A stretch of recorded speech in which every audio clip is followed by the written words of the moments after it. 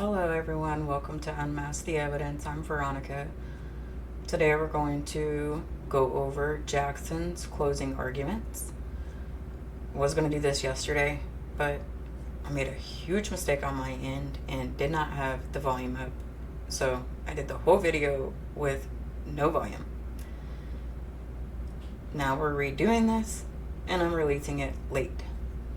So first thing we're going to go over is Jackson's intro to his closing arguments. Talking to the jury about how much he's thanking them and how much courage they have to go against injustice.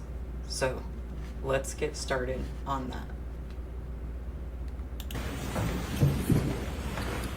There was no collision. There was no collision. There was no collision. I want to take a minute to start off with thanking you. I want to thank you for your attention. I want to thank you for your patience. I want to thank you for your diligence. This is not an easy undertaking.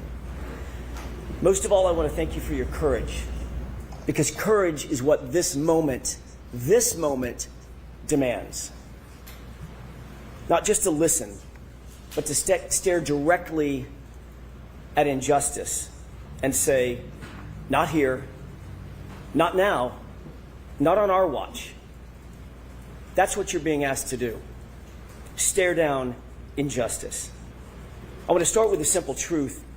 You folks, not us, nobody else in the courtroom, you folks are the last line of defense. The last line of defense between an innocent woman and a system that has tried to break her. Okay, so there's the intro to his argument. Now we're going to go on to Jackson starts to tell the story about January 28th. They end up at the waterfall, and then he'll go into Brian Higgins and him sparring at the bar and trying to point John O'Keefe, outside, almost like, hey, come on. So let's watch that now.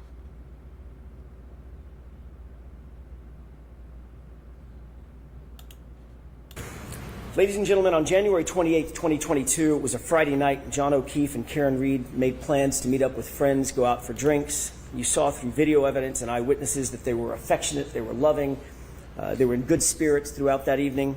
They started off at C.F. McCarthy's, which you've heard about, and eventually made their way over to the Waterfall Bar and Grill. When they got there, the Albert family, they were already there, and they were already drinking. The Albert family, it's been established as a very well-known family in Canton. They've got quite the reputation. Brian Albert was at the Waterfall, a longtime Boston police officer. His wife, Nicole Albert, was there. She was with him. His brother, Chris Albert, who was a Canton board selectman, he was there. His wife, Julie Albert, their daughter, Caitlin, and his sister-in-law, Jennifer McCabe, whom you met, and her husband, Matthew McCabe, whom you did not meet. They were all there drinking before John and before Karen ever arrived. But also present at the waterfall that night was Brian Albert's friend, Brian Higgins. We know that he had a romantic design on Karen. That becomes an incredibly important fact as we discuss the facts of this case. As the bar was closing around midnight, the Alberts invited everybody back to their house. They wanted to keep the night going. But the evidence revealed something interesting, that the invitation to John O'Keefe appears to have been for a different reason, an alternate reason. Think about the video of Brian Higgins and what Michael Proctor in his investigation completely and utterly ignored. Higgins was agitated after a day of drinking, agitated that it was John and not Karen, John with Karen, not him. Recall that ominous text that he sent to Karen with her and John standing just feet away. Well? He got no response. And then we see this.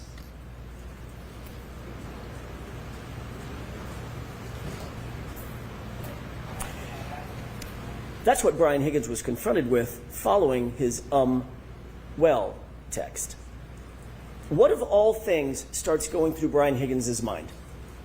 Where does his mind go? What is he thinking about after seeing this, after witnessing this? He shows you. And if Michael Proctor had been the least bit interested, this video would have shown him too. Take a look.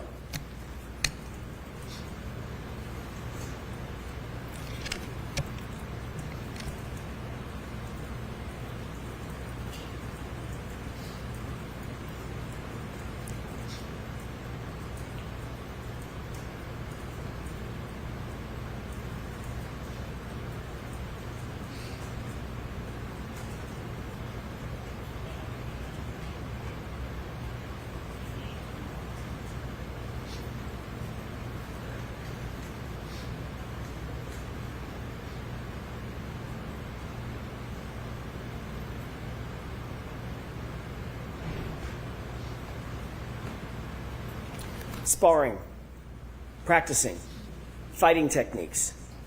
Where was Brian Higgins' mind? What was he thinking about? And then what happens? Before you look at the next video, think about what you're going to see. This next video is after he sees John kiss Karen on the forehead, after he sends that aggressive text to Karen with her standing just feet away. Watch closely, and this is what you're going to see. This is what Michael Proctor and his investigation completely ignored. Higgins is very clearly upset. He's agitated. Chris Albert tries to control him, tries to talk to him, calm him down perhaps. Chris forcefully grabs Higgins' arm. You'll see that in the video that you're about to watch. It appears that Chris is trying to calm him down from something. Brian Albert's standing right there with the other two men, but Brian Higgins is having none of it. He appears to be hyper-focused on one person and one person only, John O'Keefe. In an instant, Higgins angrily jerks his arm away from Chris. Higgins rubs his brow, and he directly gestures at John. A gesture that looks a lot like, let's step outside. Let's go outside. But John looks at him, takes a swig of beer, completely ignores him. Take a look.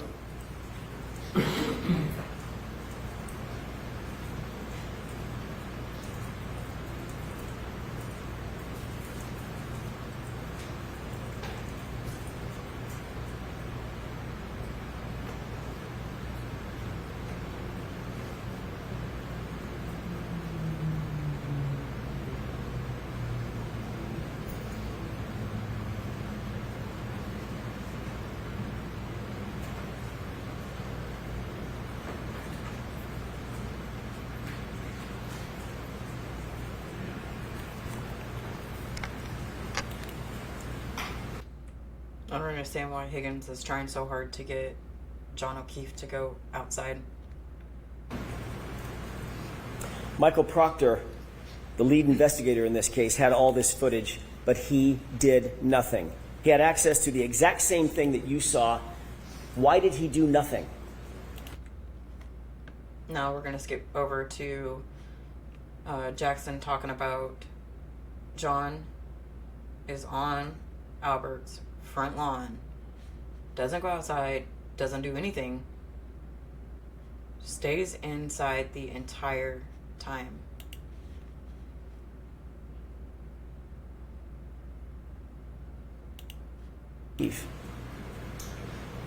When he didn't come home at about 5 a.m., Karen went looking for him in a panic.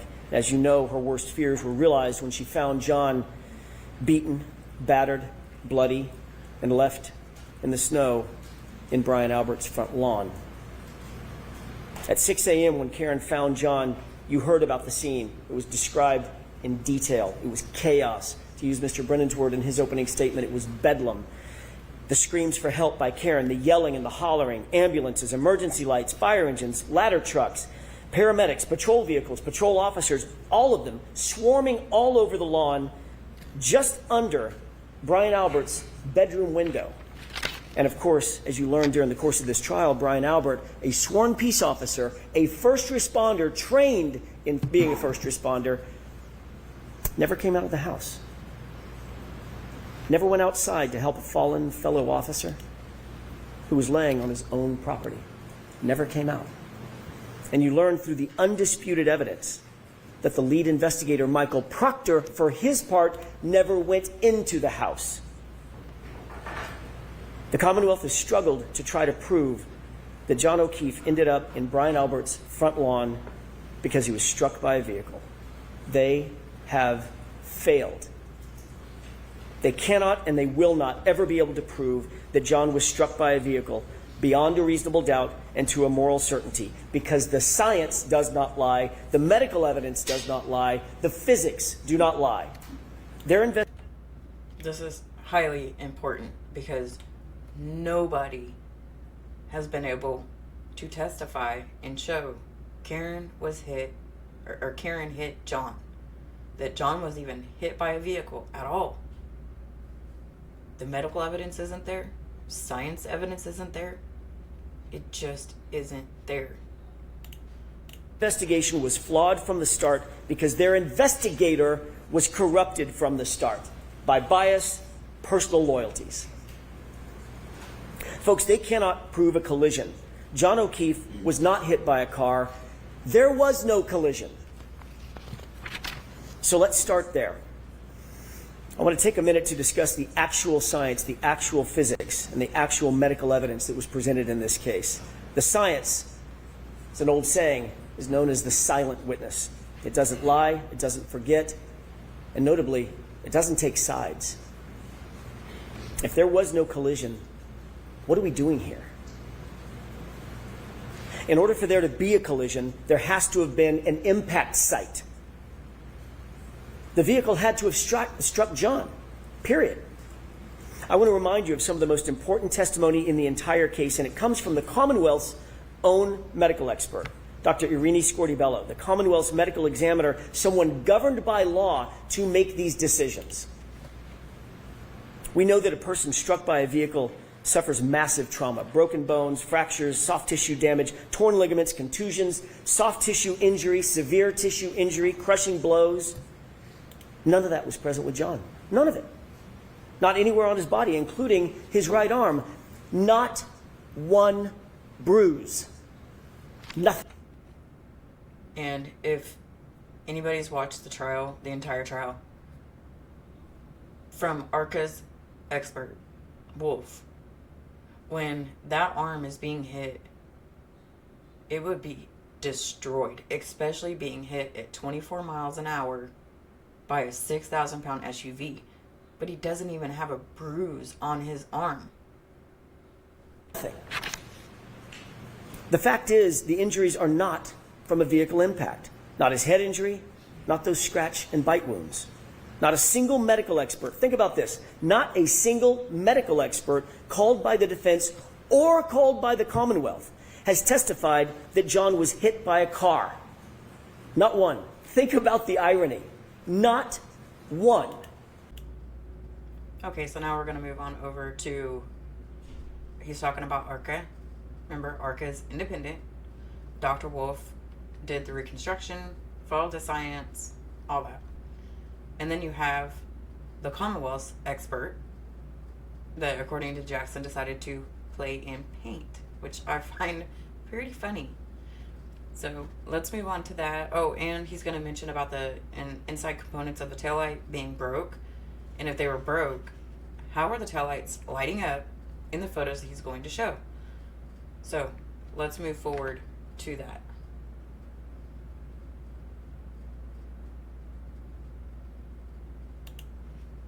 Wolf and Dr. Rentschler, you just met them recently. They explained they were not initially hired by the defense. They were asked by another agency to conduct their analysis. They looked at the evidence from both sides, not taking a side for the defense or the Commonwealth, completely independent. They looked at the damage to the SUV on the one side of the coin. They looked at the injuries to John O'Keefe on the other side of the coin. Both PhDs, both engineers determined there was no collision. I'm not saying it. The science says it. That SUV's taillight was not damaged by striking an arm, and John was not struck by a 6,000-pound SUV. Period. Full stop. Dr. Dan Wolf did the testing on the taillight. Actual testing, not some ridiculous blue paint kindergarten project. He did lab testing. He did field testing. He did data testing. Actual impact force analyses. In every single test at every single speed, the taillight damage was inconsistent with striking an arm. In every test, the taillight damage was inconsistent with damaging the shirt, the sweatshirt. Remember that severe internal damage to Karen Reed's taillight. Not just the outer lens. The internal diffusers were completely smashed, completely shattered. ARCA testing established that all the internal components of every single test taillight, especially the diffusers, remained completely intact. Conversely, on Karen's taillight, the diffusers were almost completely gone. Folks, understand something. If any part of that diffuser portion of the taillight is broken, there is no light. It doesn't illuminate at all. It's just black. Let's take a look at a couple of photos. At 5:07 a.m. at One Meadows, that's the photograph on the left. What do you notice about the right taillight? It's completely illuminated. Later, at 4:12 in the afternoon, photograph on the right, it's lit up. How can that be? How can that be if the Commonwealth claims that those diffusers, the portion that lights up the light, were already scattered all over 34 Fairview? That's their theory. This is highly important. Highly important. How are the lights lighting up? And that one on the left looks like nothing's broken at all. The one on the right, you can see maybe a little bit of a crack or something, but it is not missing that entire light like what is shown in the Sally Port once it is in Commonwealth's possession. But don't believe your lying eyes. The taillight's completely lit up. That would be impossible. Dr. Andrew Rinchler, a PhD, a biomechanist, explained that at those speeds, the other side of that coin, John's arm would be basically destroyed. Contusions, swelling, torn ligaments, hyperextensions, dislocation of joints and bones, fractured, broken, and shattered. But as you know, John's arm was pristine, save those dog and claw bites. He didn't even have a bruise. Not even a bruise. And we all watched, well, most of us watched the reconstruction videos, and watching what happens to even just the dummy during the impact it's horrible. How did nothing like this happen to John's arm? Nowhere. And even the Commonwealth is suggesting that, oh, well, the bruise on his kneecap could have come from the car. How did his leg not even get bruised more than it was? Or fractured? Dislocated? Nothing. Nothing happened. Nothing is consistent with a collision, and that's the problem. So we're gonna move forward to Burgess changing his opinion in the middle of trial so that it can fit the Commonwealth's theory. Because remember, the Commonwealth said 12/31/38 is when the collision happened, but it came out in trial that John was still interacting with his phone after that time. So they had to scrounge around and hurry up and change that timeline to where it still fit the Commonwealth's theory.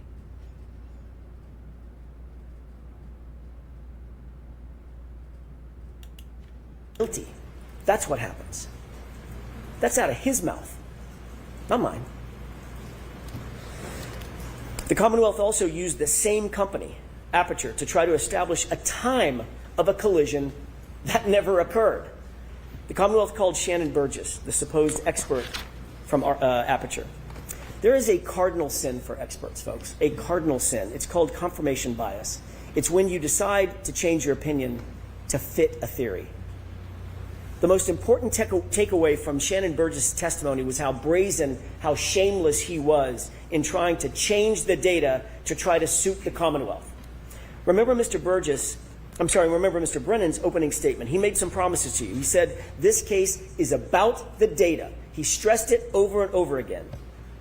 They've had 3.5 years to get this right. The Commonwealth has had this case for 3.5 years to get it right. So his top expert, Dr. Welcher, prepares a report. And that report says that John O'Keefe was struck by Karen Reed's SUV at 12/31/38. Note that time, 12:31:38. He was struck, he was immediately incapacitated, he was immediately unconscious. So says Judd Welcher and the Commonwealth's theory. But there was a huge, huge problem with that. And somewhere in the middle of trial, somebody must have realized it. They must have realized that the very data they produced unequivocally establishes that they are wrong about a collision. It could not have happened. Why? Because John was interacting with his phone after 12:31:38. Remember, the collision immediately incapacitating. How could he be interacting with his phone afterward? He was on his phone, opening his phone, checking his phone, reading texts on his phone, and locking his phone, all of it after 12:31:38, which is the time Welcher clocked for the moment of the impact. And he was taking steps and walking with that phone after 12:31:38 also. That's what their own data showed, and it devastated their case, and it devastated that false theory. There must have been panic, I'm guessing, in the room. What do we do now? The data shows John wasn't struck by the car. What do we do? Enter Shannon Burgess. Question. Can you believe him? Can you believe Mr. Burgess? He came up with a brand new story right in the middle of trial. You might ask yourself, would an expert actually say something he knows not to be true? Would an expert actually say something he knows is not supported by fact? Would an expert shade the truth? You don't have to look any further than Shannon Burgess's CV to answer that question. That was a shame. And the almost $400,000 that Aperture is getting paid from the Commonwealth. You know, I was sitting here thinking about this the other day, about how much they're being paid, which is a lot of money for just one witness. And it's for reconstruction experts, of which the Commonwealth employs their own reconstruction expert. If I were citizens of Canton, I would be highly upset that they are spending that kind of money on an expert that is already employed through the Commonwealth, that they could have used, whether they liked his testimony or not, and it sounded weird and impossible. You just went out and spent that money from Canton residents for an expert that would say what you wanted them to say.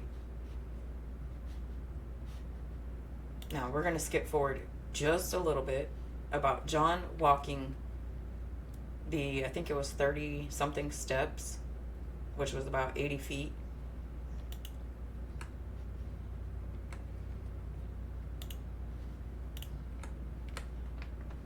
Said he was hit. And that's a problem for them because there was no collision.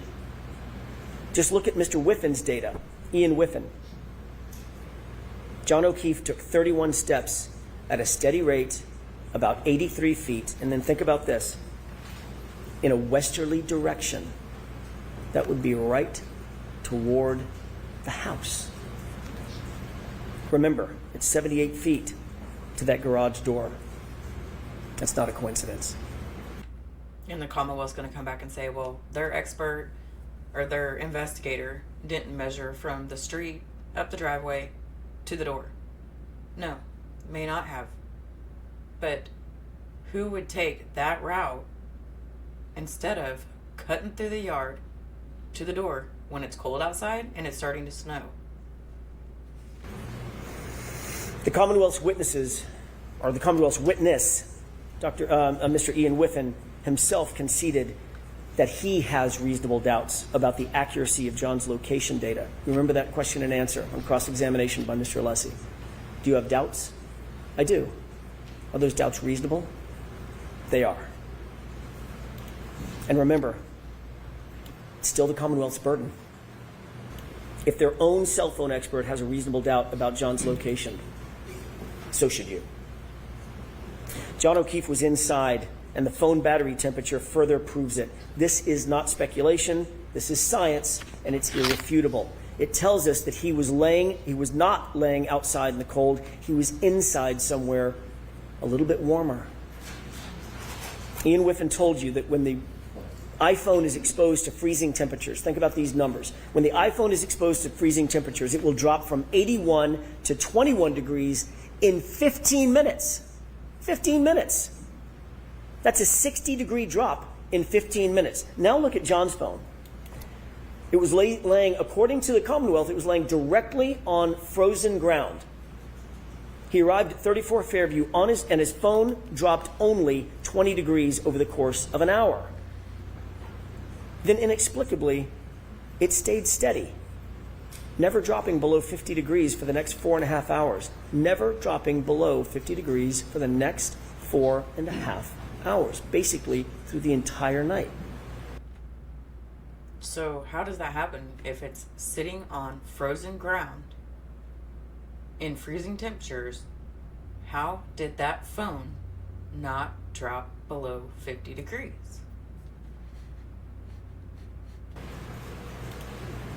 He was not outside. He was someplace warmer, like a basement or a garage. Dr. LaPosada confirmed that John O'Keefe did not have hypothermia. No telltale signs, no telltale Wisniewski spots, no frostbite on any extremity. He did not die of hypothermia because he wasn't outside. And that's another good argument. How did he not have hypothermia or frostbite if he was out there for that long in the frozen temperatures? How? We're going to move on to Proctor. Proctor failed to investigate. He didn't secure the scene, not even the yard. And the neighbor across the street had a Ring camera pointed right where Karen would have been. And they never went and obtained that either.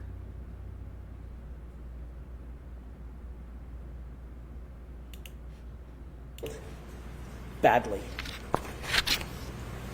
So now let's discuss the facts that were and were not presented by the Commonwealth in this case.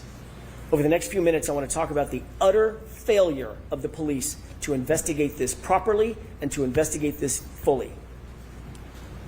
And what you're going to see is that Michael Proctor, the lead investigator for the Commonwealth, did nothing to actually and properly investigate this case. Let's start with the house. That's the most logical place to start. I think you'd agree. Brian Albert's house, where John's body was discovered lifeless in the lawn. A police officer, is found dead on the front lawn, and no one secures the scene. No tape, no preservation of evidence, no crime scene log, no search warrants, no consent searches, no photographs of the house interior. They didn't treat the house as a crime scene, and shamefully, they didn't even treat the yard as a crime scene. The lame excuse offered by retired Lieutenant Gallagher: it was really cold and windy, and I didn't know if there was a crime that had been committed. What? You didn't know that a crime had potentially been committed? You have a man laying dead in the yard, and here are the undisputed facts that those officers were confronted with. Black eyes. Obviously, black eyes are consistent with a fight. Bloody nose, also consistent with a fight. Bleeding from the face, consistent with a physical altercation. A cut over the right eye, consistent with a punch. No coat in the freezing cold, not dressed for outside, dressed for inside, and one shoe on. I wonder where the other shoe could be. I don't know, maybe in the house 30 feet away. And then you find a broken and shattered drinking glass next to him, the type of glass that you might find, I don't know, let me think about this, in a kitchen in a house 30 feet away. And the whole thing with this glass, so the glass that they showed in the trial that was by John was a short, round, fat glass. The one that Karen had at the waterfall was a skinny, tall glass. Remember that. So there being two glasses found, that means there's two different glasses involved. And John's phone was tucked neatly under his back shoulder. Lieutenant Gallagher actually claimed he did not know it was a potential crime that needed investigating. The neighbor across the street, Detective Lieutenant Kelleher, had a ring camera that was pointed at the exact direction where John O'Keefe would have been hit, and nobody bothered to secure it. Nobody bothered to secure it. Nobody even bothered to look at it. Of course this was a potential crime scene. Of course it was. Let's not forget, this was Brian Albert's house, and that comes with privileges. So if the video would have been obtained from the neighbor, so you see that he has damages to his face, to his arm, to his head. So even if you didn't think a crime had been committed and maybe it was just an accident, wouldn't you want to see if somebody hit him or somebody beat him up outside? Like, what all can we catch? To not go get that video is totally wrong. Quote, is the homeowner going to catch any shit? Nope. He's a Boston cop too. End quote. That quote starts to make a little more sense now, doesn't it? Michael Proctor wrote those words just hours after John's body was found. He sent this in a private chat, in a private text he never, ever believed would ever be revealed. He sent that text in a series of messages that now belong to you. You weren't given the opportunity to hear from Michael Proctor, but you can read his thoughts for yourself. And I urge you, go read them. They're in Exhibit 209, in case you're wondering. But here are the highlights. Proctor starts the conversation, quote, all the powers that be, one answers ASAP. He's getting pressure, obviously, to get this done. His friend then asks what Proctor's probably thinking at the time, quote, I assume you guys are out to make it cut and dry since it involves cops. Something stinks. And Proctor responds, yeah, to the something stinks. And then he goes on, but there will be some serious charges brought on the girl. Think about that. Hours into this investigation, there will be some serious charges brought on the girl. She's a whack job cunt. Yeah, she's a babe. Weird Fall River accent, though. No ass. No ass bitch. She's got a leaky balloon knot. Leaks poo. Zero chance she skates. She's fucked. These comments are so gross and make me furious every time I hear them. And up to this point, Michael Proctor had done zero investigation. Nothing. Save talk to a grand total of 3 people, all of whom were named Albert or McCabe. That's it. And this was his mindset. This is the same lead investigator who sent the group chats that you heard about with Sergeant Buchnick. Late night, sitting at his office, rifling through Karen's phone, bragging about looking for naked pictures of her. That text wasn't sent to his buddies or his friends. That text was sent to his supervisors at the Massachusetts State Police, for God's sake. And what was their response? Sergeant Buchanan liked this conduct with a big old thumbs up. And if Buchanan did not agree with Proctor's behavior at all, why was he trying to protect him so much on the stand? Encouraged it. Ladies and gentlemen, a lead investigator is every investigator is supposed to be objective, an objective fact finder. No bias, no agenda. Michael Proctor went far beyond just insulting Karen Reed. He dehumanized this woman. He betrayed her as a human being. And that is exactly what he did. So now we're going to move on to the DNA found on this smooth part of the taillight housing. But there was also 2 other unidentified male DNA on it as well. And then, as you all know, there was no blood tissue or anything found on any of the taillight shards or broken pieces, but yet they cut through John's skin? How does that happen?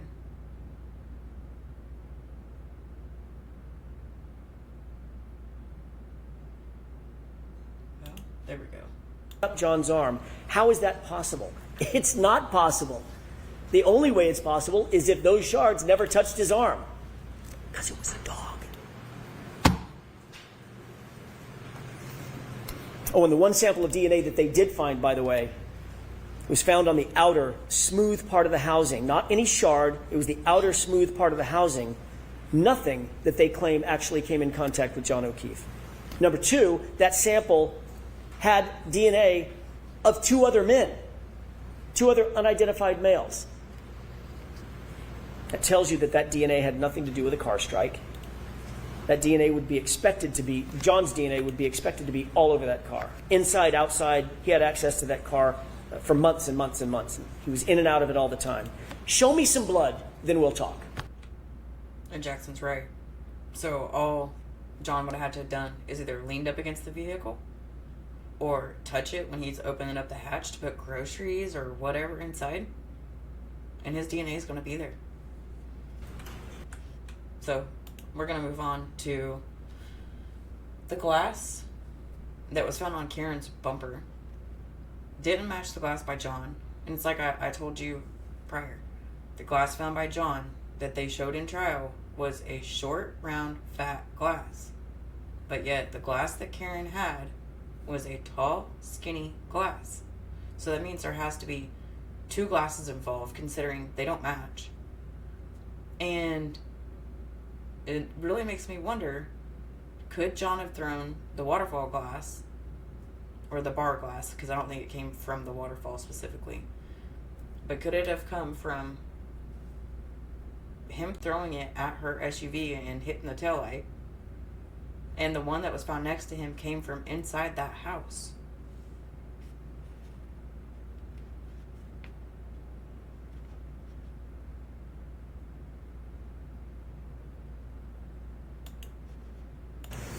The only thing that hair proves that the Commonwealth is embarrassingly grasping at straws. That hair has nothing to do with anything.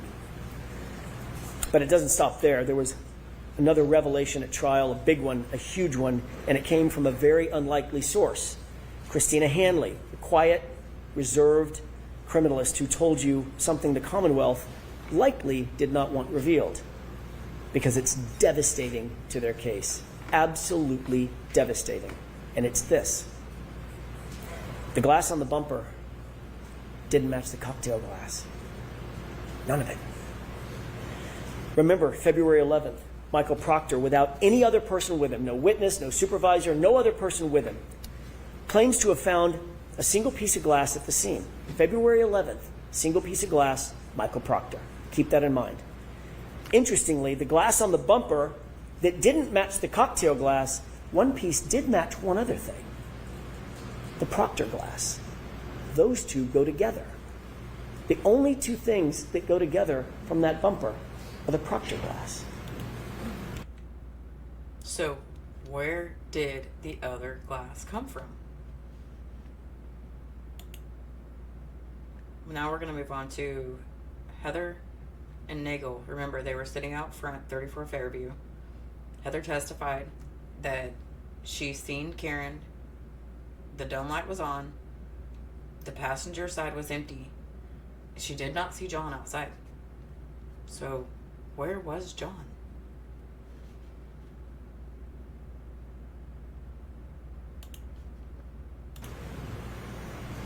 There was no body there.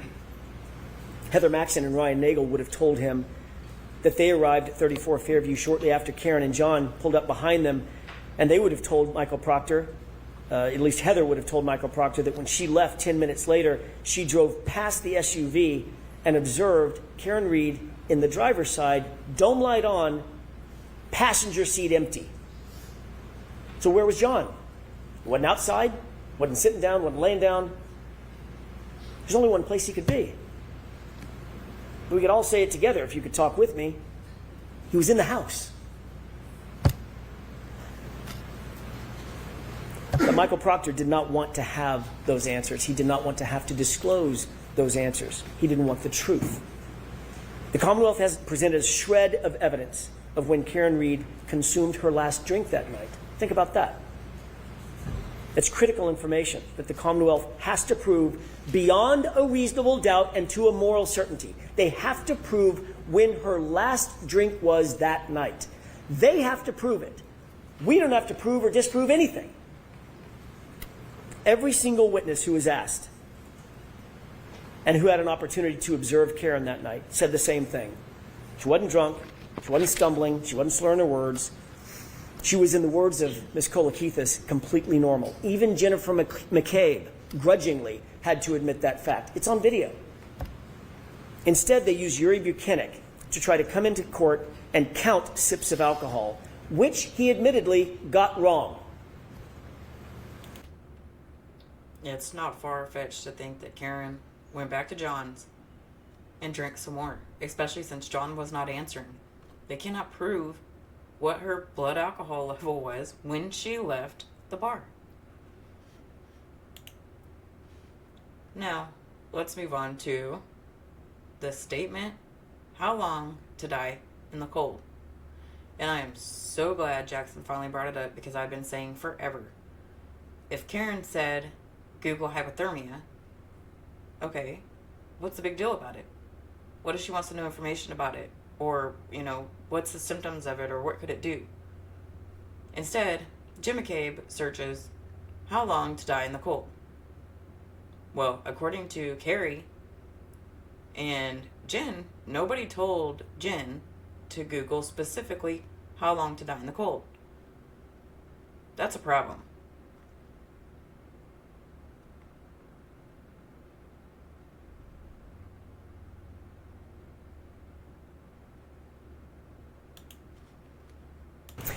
With the truth, as we all know, you don't need to get your story straight. You don't need to tell someone what to say. It's just the truth.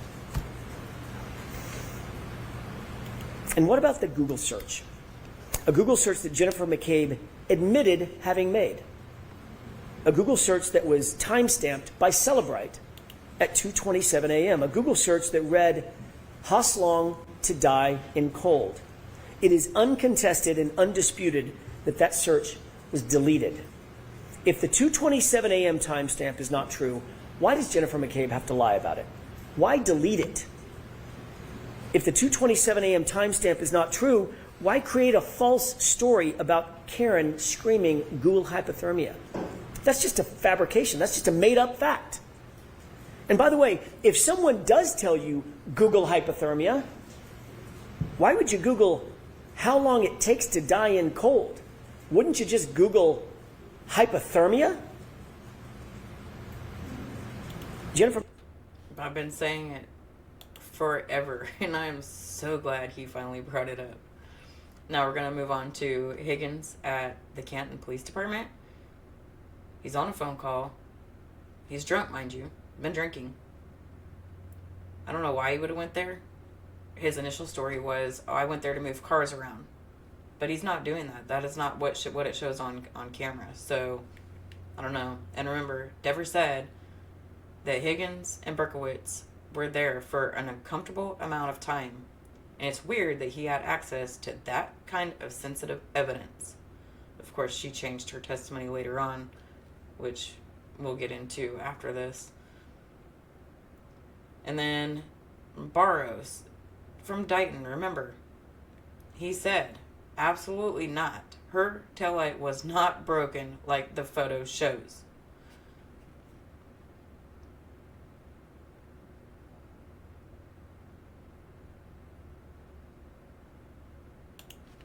Could not bring himself to tell the truth. His bias was on full display. He was covering for another cop. Investigators also ignored Higgins' suspicious late-night visit to the Canton Police Department. That was after a night of drinking, by the way. Why didn't they investigate this? What was so important that Higgins needed to go to the police station at that time, 1:30 in the morning, while drunk, by the way? Why weren't they interested in those facts? Remember, he's an ATF agent. He's a cop. a member of the Blue Wall, and best friends with Brian Albert. He would know that the CPD would be the first to get the call when someone reported John missing or injured. He would know what to look for, what to listen for, to determine if a report had been made and when and what the response was going to be. You saw the skulking through the hallways with his hood up, moving bags between cars, and of course, that late night mysterious phone call on his cell phone, a phone that you don't have and that you'll never see. Right, because remember, from the prior trial, Higgins decided to destroy his phone and the SIM card into pieces, go to a military base, and dispose of them there, in trash cans. Who goes to that extent to dispose of their phone? All of that, and Michael Proctor never gave him a second look. All of that, and the Commonwealth, who's supposed to be after the truth, didn't call him to the stand. If you have any unanswered questions about Brian Higgins, that's reasonable doubt. The police didn't interview Brian Higgins on January 29th, 2022, but he was at the police station, as we've just seen. You heard evidence that Higgins and Chief of Police Kenny Berkowitz, also good friends, were in the Sallyport together with the SUV for a, quote, wildly long time. Kelly Dever, another Boston cop, told you that. She also told law enforcement agents that she found it, quote, weird that Higgins could have access to that very sensitive evidence, the SUV. Folks, there is never a situation in which a witness, a potential suspect even, should be given access to the evidence in a case. But that's exactly what happened here. Higgins was given unfettered access to that SUV and its taillight nearly immediately, according to Kelly Dever's statement to law enforcement. And it was at that exact time, the exact moments that Higgins would be in that Sallyport, that the 42 minutes of the Sallyport video is just missing. It's just gone, vanished. Well, that's convenient. Now put in context the condition of that taillight when it was actually seized in Dighton. It was cracked, but not completely damaged. I ask you to compare and contrast Officer Kelly Dever, her attitude, her demeanor. That's all for you to judge. Her attitude, her demeanor, her truthfulness, her motives from the witness stand. Compare and contrast that to Sergeant Nick Barrows. Who's more believable? Officer Barrows is unattached to any of the players in this grand play directed by Michael Proctor. He's truly independent. And what did he tell you? Was the taillight, he was asked, was the taillight in this condition when Michael Proctor picked up that SUV at 412? His answer? Absolutely not. Absolutely not. It was cracked, but not completely damaged, not smashed out like that. So how did the taillight get cracked? How did it end up in the condition where it was cracked, as Officer Barrows saw it, but not completely damaged? Well, you don't have to guess. There's a video. Just watch.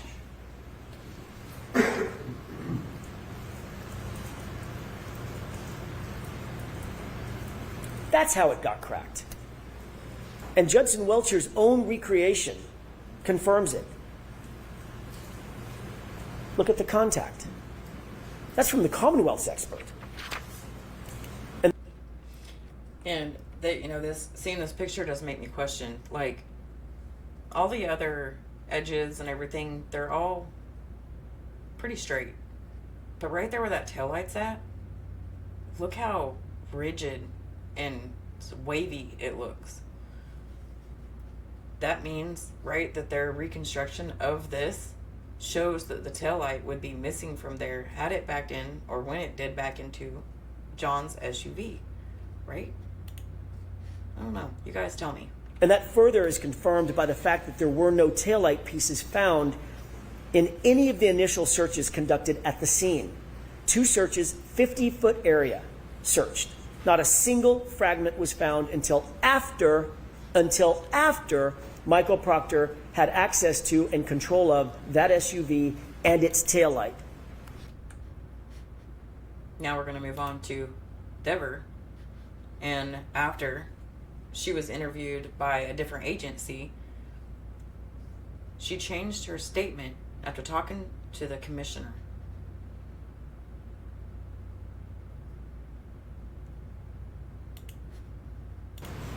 How can you trust this investigation when you saw how far a police officer will go?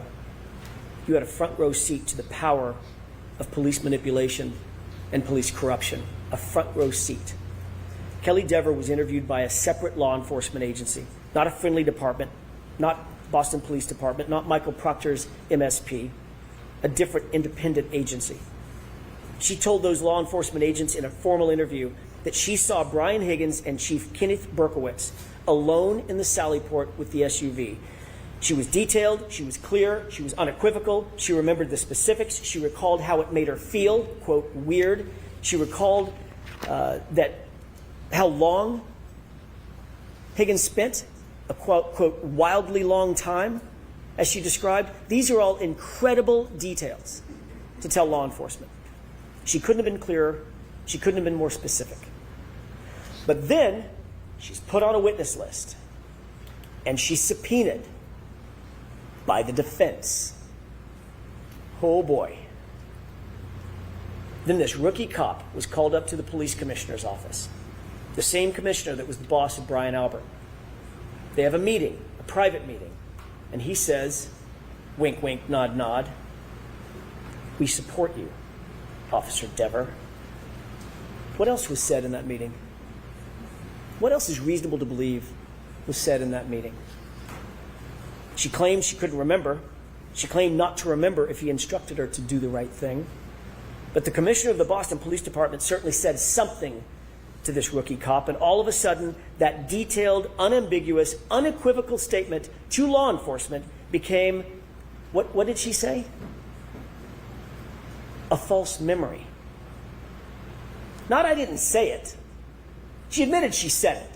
She admitted she detailed the entire story. She just said, "It's a false memory." What?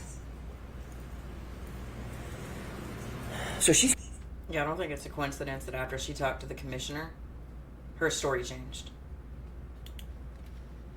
called to the commissioner's office to make sure that she would do the right thing. That's why she was called. And now we know what that means. In her words, "My entire career depends on what I say here on the stand." I'll quote that again. Quote, "My entire career depends on what I say here on the stand." You bet it does. That's how it works. And that's how we got here. At the end of the day, you have to ask yourself, can you trust the Commonwealth's case? Can you trust their witnesses? Okay, now let's move on to Jackson talks about Welcher lying about no x-rays, even though they've had it for the last 3 years. And he calls Brennan out for showing the back of the sweatshirt and lying, trying to make it look like that was road rash when Brennan knows those came from his own criminalist. And when Wolf even said, well, those look like cuttings, that still didn't make Brennan think, oh crap, maybe I shouldn't keep going with this. And he still did it.